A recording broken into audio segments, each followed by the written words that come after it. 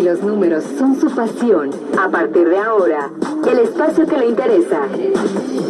Finanzas de Bolsillo, con Gustavo Fuentes.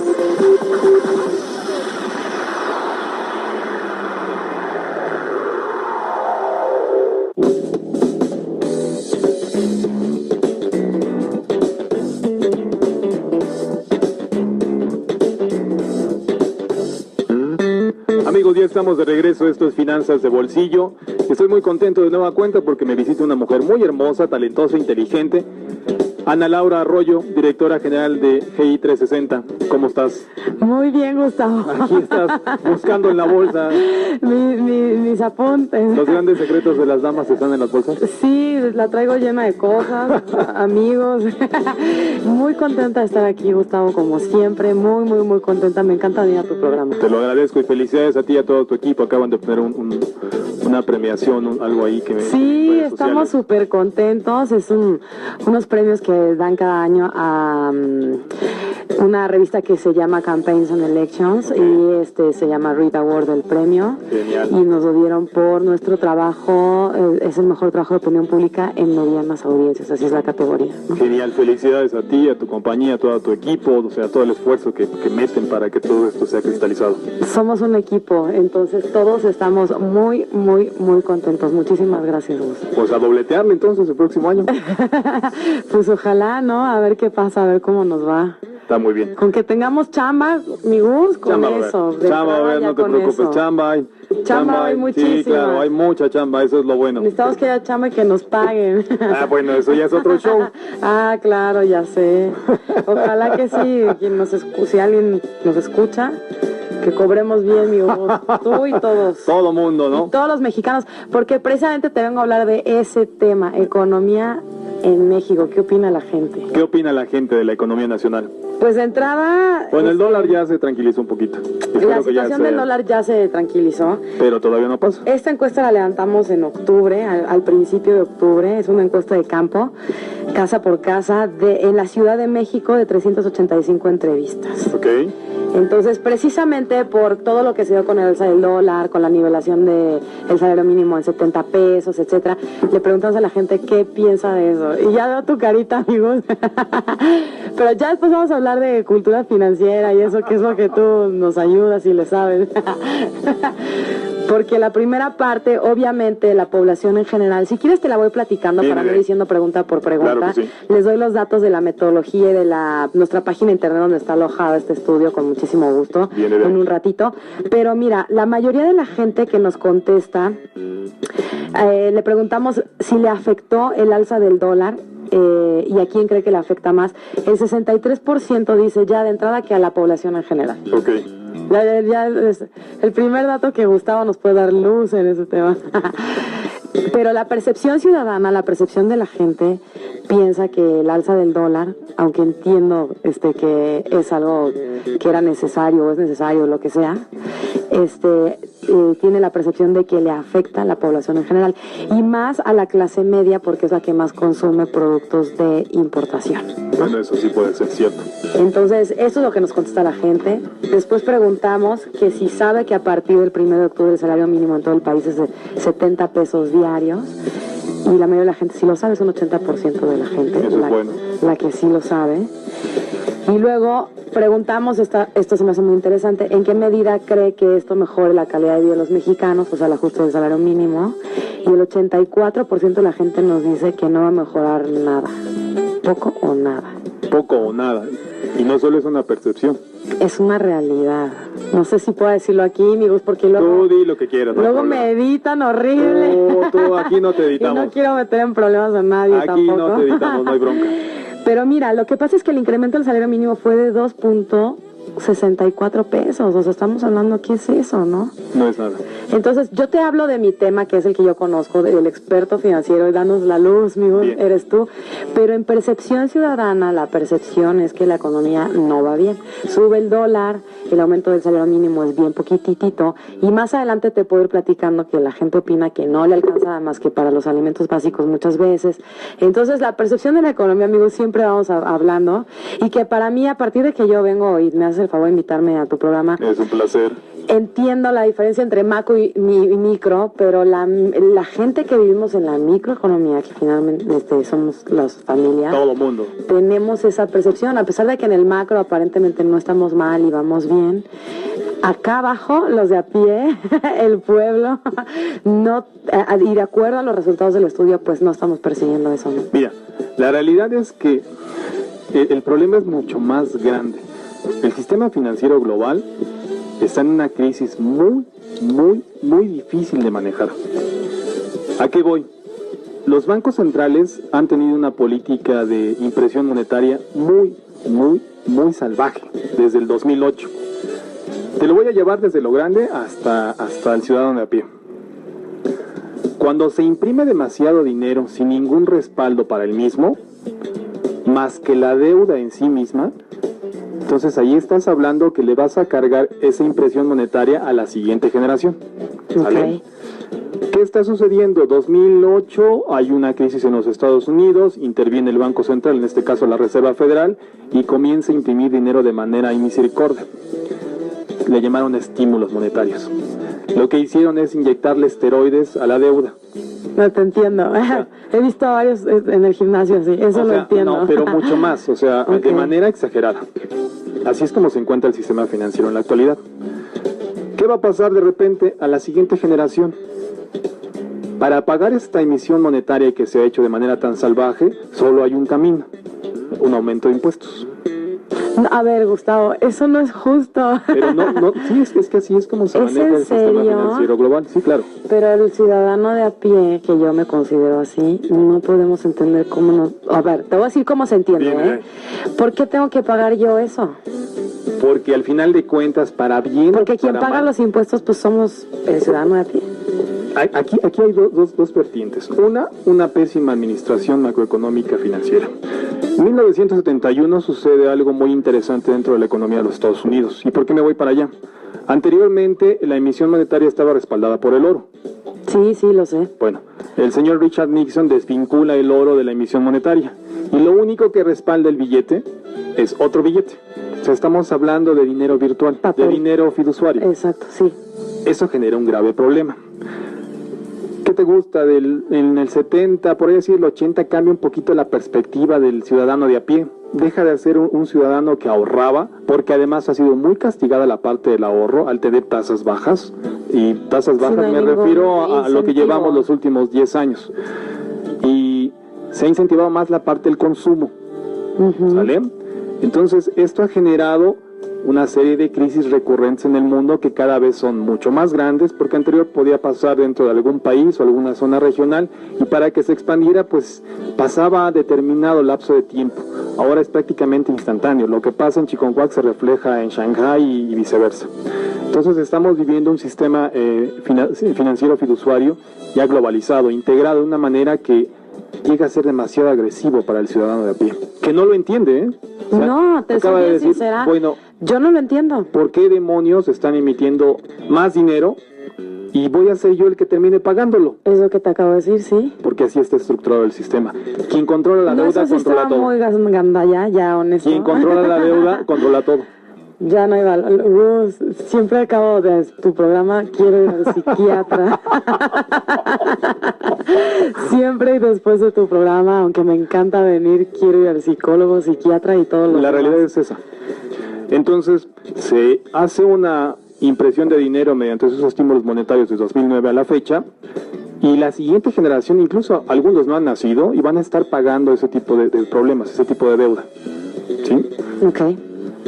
Entonces, por eso vemos que nuestra calidad de vida a nivel individual, sin importar cuál es nuestro nivel de ingresos, cada vez se ve más mermada, y se tiene esta angustia, esta depresión de que no importa que trabaje 12 o 20 horas al día, pues no me alcanza la lana. Amigos, a mí, ya sabes que yo, no sé, eso es me importa el tema en lo micro, porque es lo que vivimos todos los días.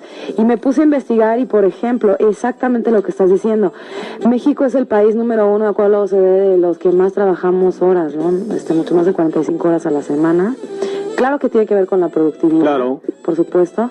Aquí incluso en la encuesta preguntamos cuántas personas tienen que trabajar, por ejemplo, en la casa para sostener una familia, y solamente alrededor del 5% dice que solo el papá.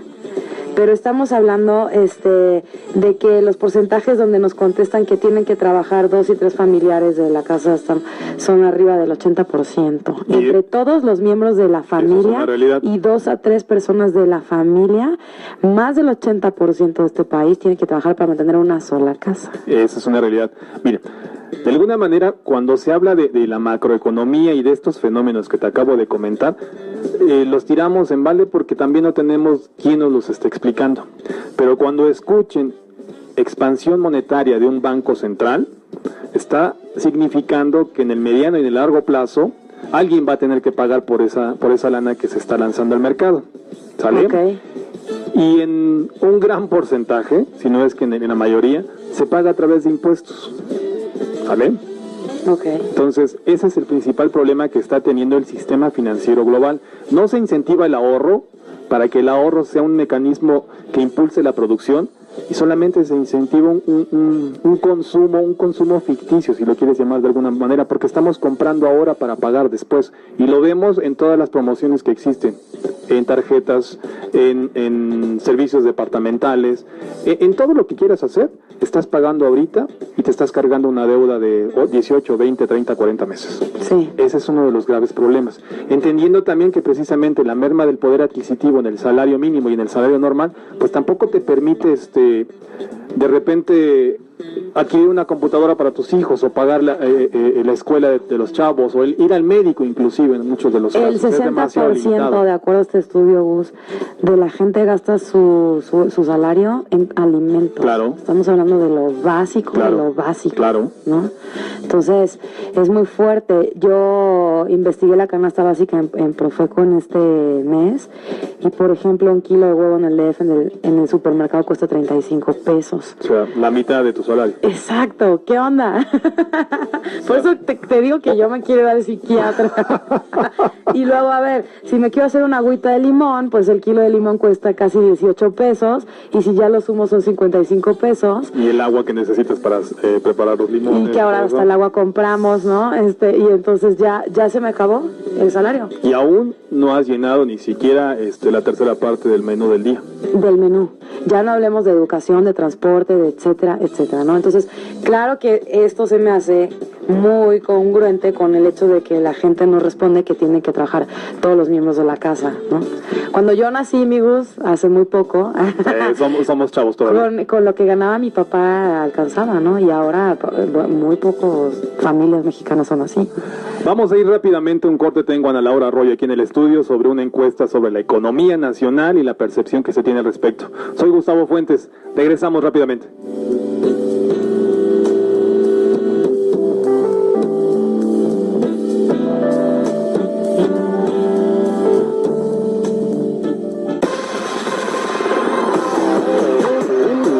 Gustavo Fuentes en Finanzas de Bolsillo. Una pausa y volvemos.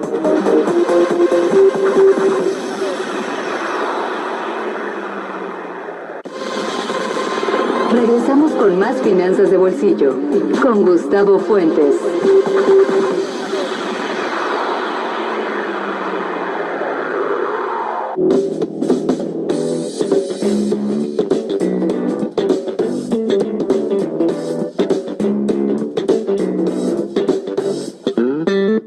Amigos, ya estamos de regreso aquí en Finanzas de Bolsillo a través de Poder México Radio. Tengo una apasionada Ana Laura Arroyo, directora general de GI 360, con este tema que de repente llega a generar.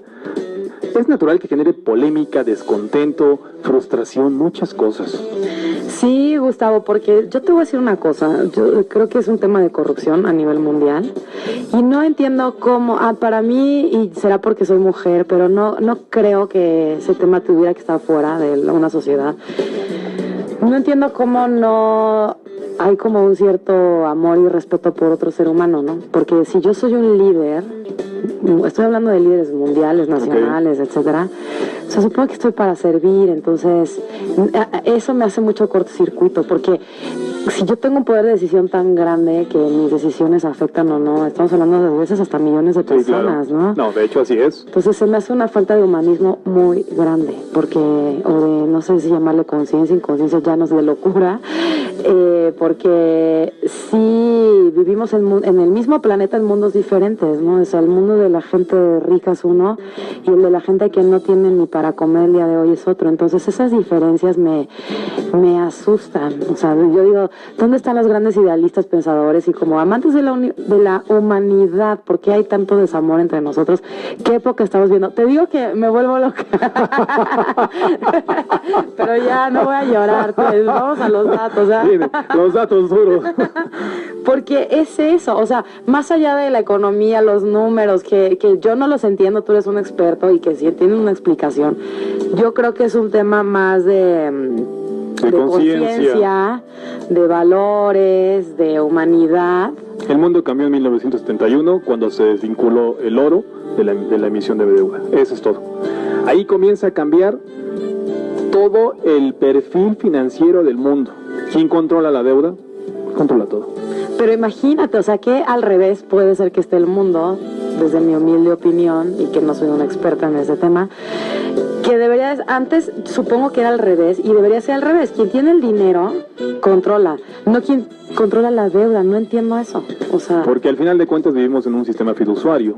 Exacto. Entonces, pero ahí es donde todo está al revés, ¿no? Sí. Sí.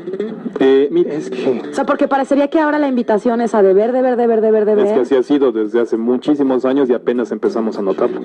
Sí, tienes toda la razón. ¿Ves? Tú eres el que sabe, mi Gus. ¿Por qué no nos advertiste antes? ¿Por qué no estabas en Poder México? Pues sí, esa es la percepción en base a los datos en general que yo te puedo decir que tenemos los mexicanos de la situación económica. Fíjate, hablando del tema, para usted, ¿cuál es la principal acción por las que ha empeorado la economía? Aquí estamos hablando de economía mexicana. Ajá. Todo esto se puede trasladar a la economía en general. Sí. Pues por corrupción, en primer lugar, la gente nos contesta un 35%. Después, por falta de empleos mejor pagados, un 21%. Un 19% nos dice por el aumento de precios.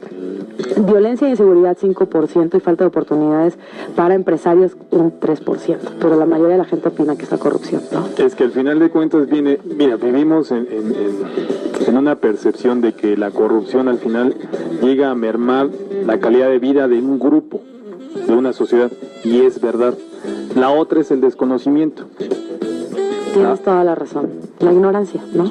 Sí, la verdad. Entonces, en temas macroeconómicos, por eso muchas de las ocasiones cuando platico al respecto de esto, es tratarlo de trasladar desde la parte inentendible que los economistas llegan a tener, y decirte, ¿sabes qué, maestro? Ahorita hubo mucha lana, se emitió mucho dinero, se imprimió mucho dinero y todos felices aparentemente. Espérate en 5 o 7 o 12 años. Gus, ¿qué hacemos? Danos la luz al final del túnel. ¿Tú qué entiendes todo eso? Sería un poco difícil decir, porque tendrían que cambiar todo el sistema financiero global. Lo único que puedo decirles a las personas es que tengan conciencia en su administración personal. Aunque suene feo, así ganes 70 pesos o ganes 700 pesos o 7,000 pesos diarios, ten un poco o un mucho control sobre tus gastos y sobre tus ingresos. De lo contrario, vas a estar viviendo a crédito. Vas a estar viviendo de la deuda. Y vuelvo al mismo tema, quien controla la deuda, controla todo. Claro, a ver, para que yo lo entienda. Si yo le debo, claro, tienes toda la razón. Si yo le debo dinero a cualquier tarjeta de crédito, ya, que la expida un banco, que la expida, no sé, a alguien de la iniciativa privada, en fin, estoy en sus manos. Esa es la verdad.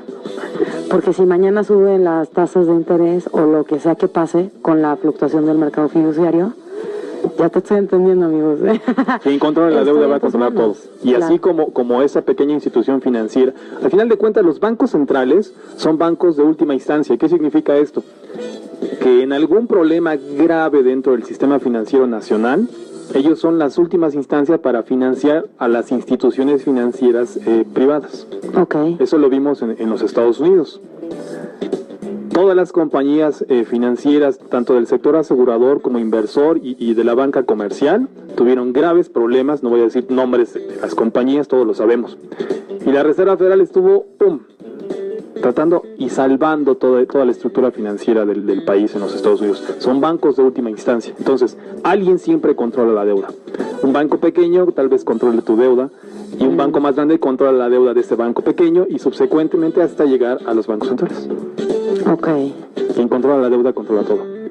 O sea, estamos en problemas. Hemos estado en problemas desde hace muchos años, te repito, apenas lo empezamos a notar ya de manera real. O sea, les contento de las personas, en una parte me agrada porque están buscando soluciones y explicaciones reales.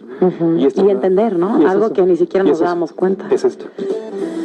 A ver, Gus, ayúdanos. Te ayudo. Preguntamos a la gente, si usted tuviera deudas económicas, ¿qué acción realizaría para liquidarlas?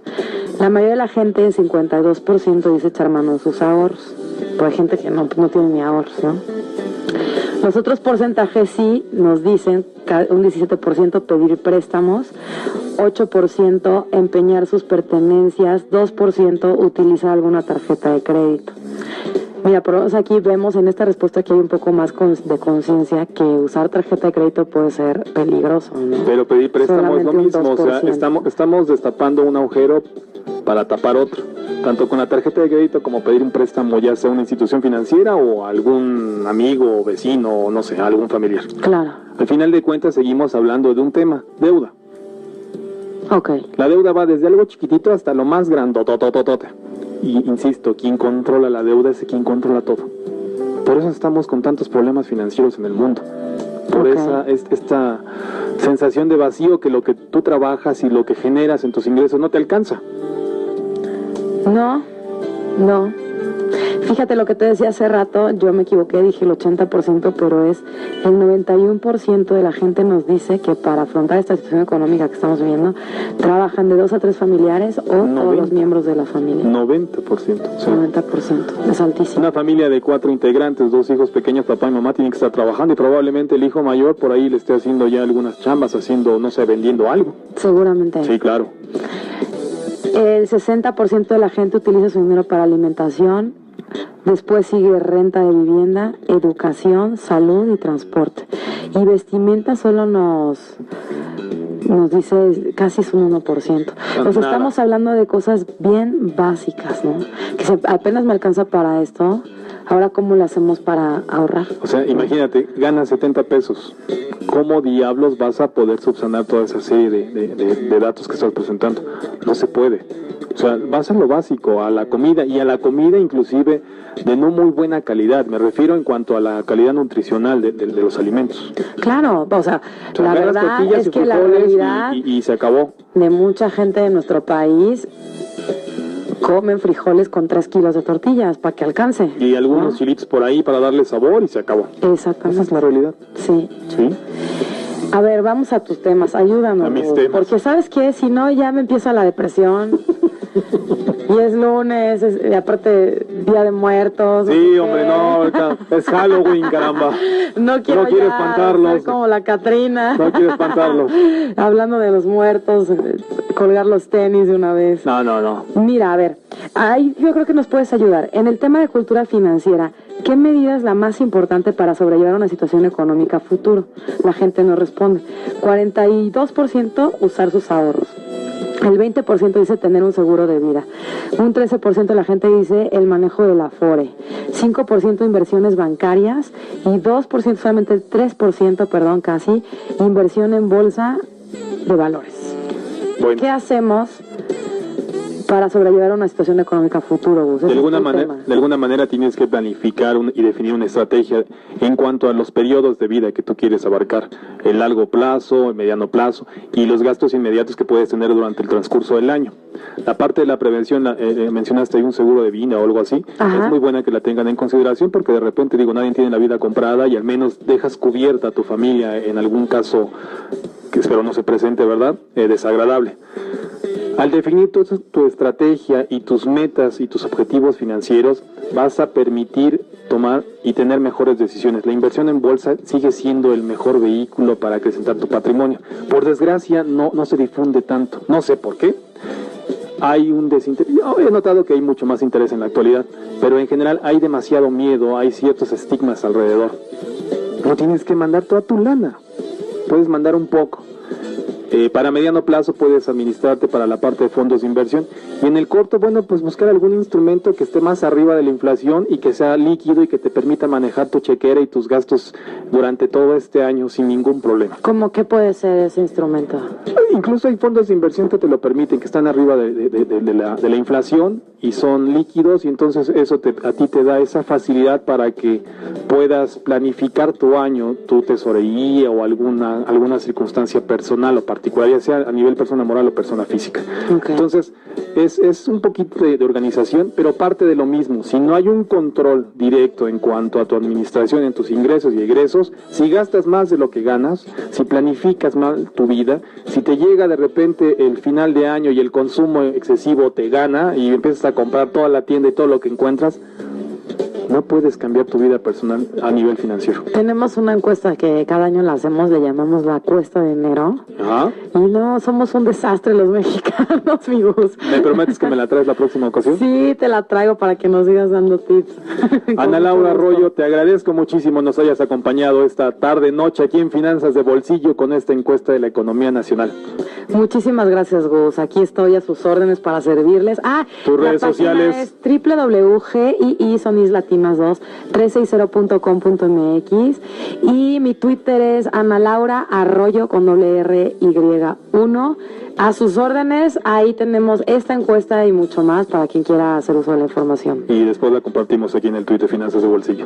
Por supuesto, te la dejo para que la compartan, mi Gus. Te lo agradezco muchísimo, Ana Laura. Vamos a ir rápidamente a un corte, esto es Finanzas de Bolsillo, regresamos.